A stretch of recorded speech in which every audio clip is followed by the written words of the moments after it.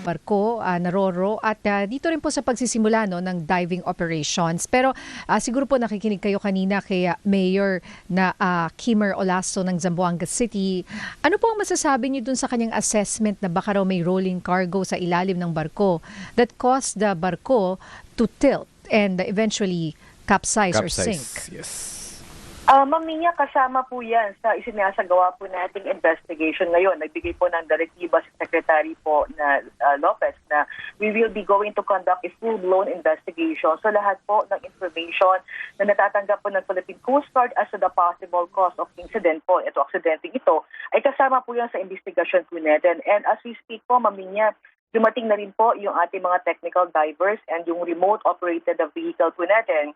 So ito po ang titingin, ilalim po ng dagat at yung pinangyarihan po ng insidente para at least we could have a good overview kung ano po ang posibleng nangyari before the incident po. Opo, Captain Noemi, mula po sa Philippine Coast Guard, ano na po yung mga mahalagang facts or details na nakala po natin?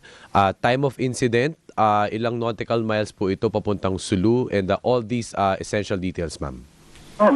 Based po sa ating mga informations na nakuha, ito pong MV Tricia Kirsten 3, ang pinangyarihan po neto ay 1 nautical miles northeast of Baluk-Baluk Island. Nangyari po ito ng January 26 at 1:15 a.m. And ngayon po, ang bilang po ng ating mga survivors ay 316. We have 18 fatalities and 10 pa po ang ating hinahanap po ngayon. At ngayon naman po ay ongoing pa rin po ang ating isinasagawang search and rescue operations. Kasama rin po ang pagpapalipad ng ating mga air assets to locate po itong mga reported na missing individuals po. So, Captain Noemi, just to laymanize, di ba, pag sinabi po nating nautical miles, yan din po yung nabanggit ni Mayor kanina. Tama po ba, Balok-Balok Island, yun po yung islang malapit. So, Yes, 1 nautical mile away, pagdating po sa layman's terms, gaano po yan kalayo, more or less? At, 1:15 a.m., wala naman pong ilaw noon, but in daylight, yan po ba malalangoy? Swimmable po ba yan, yung 1 nautical mile? Well, ang naging challenge po muna, kasi nung nireport po sa atin to, ang unang naging challenge po sa mga responders po talaga is madilim po ang area na yan. Yes. So kung 1 nautical miles, halos 2 kilometers po ang layo po neto, Sir Nick. Malayo-layo rin. Shoreline. Opo, malayo-layo rin. Malayo-layo din po siya. Kasi po ang professional swimmers, kumbaga yan po yung distansya . Kapag professional swimmer ka, marami po dito mga pamilya, may mga bata. So, at the same time, kung gabi din po, kumbaga yung chances mo for survival na nag-tilt at nag-capsize ito are very, very slim. If you are 1 nautical mile away from the nearest island, di ba, Captain Noemi? And yet, 322 ang nailigtas. Paano po sila nailigtas? Opo. Kasi kanina po sabi ni Mayor Olaso na nawawala pa nga yung kapitan at saka ibang crew members. Kumbaga, sila-sila rin daw ang nagsalba sa kanilang sarili. Sa tingin niyo po, ano po yung nangyari doon? Based po sa report na nakuha natin sa isang sea marshal po, ito yung ating isang tauhan na on board po sa barkong yan, that time of incident. 1:15, nakaramdam daw po siya ng commotion from the passengers.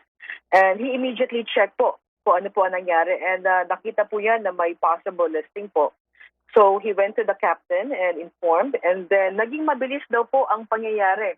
So nung nakita po yan na may listing, he immediately called po itong ating command center sa Zamboanga. And at that time, since ito po ay 1 nautical mile sa may Baluk-Baluk Island, ang pinakamalapit po dyan is yung ating station Isabela. Check ko lang po, Ma'am Nina, no? So, may pinakamalapit po tayong station sa area na yan, ang Coast Guard Station Isabela. At ang LGU ng Baluk-Baluk talaga ang naging first responder po natin dyan. We immediately deploy itong ating 44 meters to conduct the operation.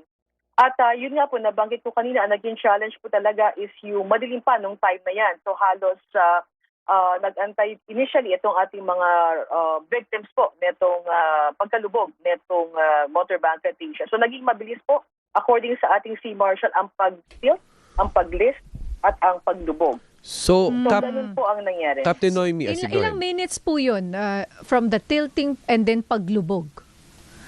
Hindi po nabanggit kung ilang minuto. Ang nabanggit lang po sa atin is halos naging mabilis po ang pangyayari. So from the initial listing na naramdaman po ng ating Sea Marshal, tumawag po siya kaagad sa ating command center sa May Zamboanga. Nag-deploy po tayo kaagad ng ating barko dyan at immediately na-inform din po itong pinakamalapit.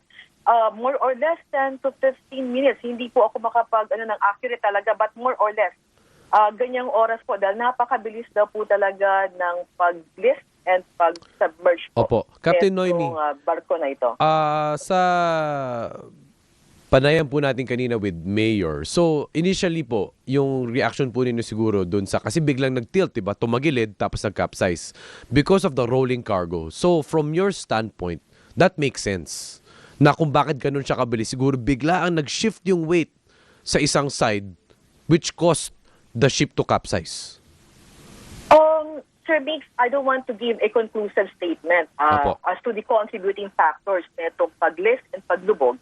Marami po tayong natatanggap ng mga information. Actually, meron pa nga pong nababanggit na posible yung squall po ang naging cause po neto. At again, lahat po ng mga information na yan ay kasama po sa ikakandak po nating investigation. That is the reason why i-deploy po itong ating ROV to check po ano po ang status netong barkong to sa ilalim po ng dagat. At least, we could give a final statement po or information kasi we have a directive naman to conduct a full-blown investigation and that is the purpose why we are deploying our technical divers and even to remotely operated vehicle po natin. So ano na po ngayon, ma'am, ang kumbaga steps ngayon ng PCG, especially to these private shipping lines, pagdating po sa ship management, pagdating po sa mga ganitong usapin, meron na po ba mga hakbang? Kasi syempre, as we speak, marami pa rin po mga naglalayag ngayon. Tama po kayo, Sir Mix. Una-una, nagkaroon po tayo ng press briefing kahapon with the Secretary, Secretary Giovanni Lopez, kasama po ang taga-Marina at ang ating komandante po. Ang una pong direktiba ni Secretary Lopez is to conduct a full-blown investigation. Kasama po natin ang Marina dyan. So we will be checking all the angles of why this incident happened. Ito-check din po kung meron po bang pananagutan sa panig po ng gobyerno. At kasabay din po ng ship owner po natin. Sa Philippine Coast Guard naman po, Sir Mix, if ever after the investigation we will find out na merong release on the side of our personnel, definitely administrative sanction po ang gagawin po natin dyan. Pangalawa po, nagbigay rin po ng direktiba na tayo po ay magkakaroon ng maritime safety audit and inspection po, particularly sa mga passenger fleet ng Allison Shipping Company. We were given a timeline po to finish everything.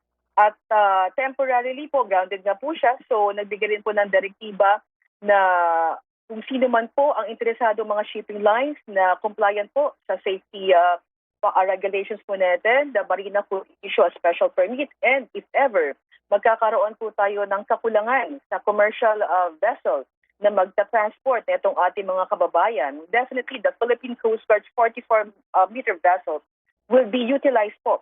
So we will be conducting a libreng sakay po para po sa ating mga kababayan dyan na maaapektuhan po netong audit and inspection po na gagawin po ng Philippine Coast Guard at saka ng Marina. Ayun. So, yung kasi isa sa mga concern na maraming stranded po sa ating mga kababayan dyan. Pero para lang po to clarify before we end, eto pong 322 na nailigtas. Sino po ang nagligtas sa kanila? Paano po sila nakaligtas at 1:15 in the morning, madilim, and hindi naman lahat yan professional swimmer or hindi naman talaga swimmer. Sa ganitong klaseng sitwasyon na in 10 to 15 minutes lumubog yung barko.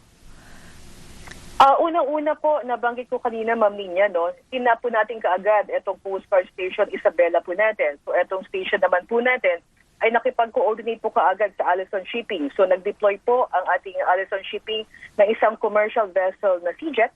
At nag-coordinate po tayo sa LGU ng Isabela and then nag-deploy rin po sila kaagad ng kanilang sea ambulance. Kasama rin po yung mga volunteered na mga organization and individual po sa mga area nito. Yan po yung pinakamalapit.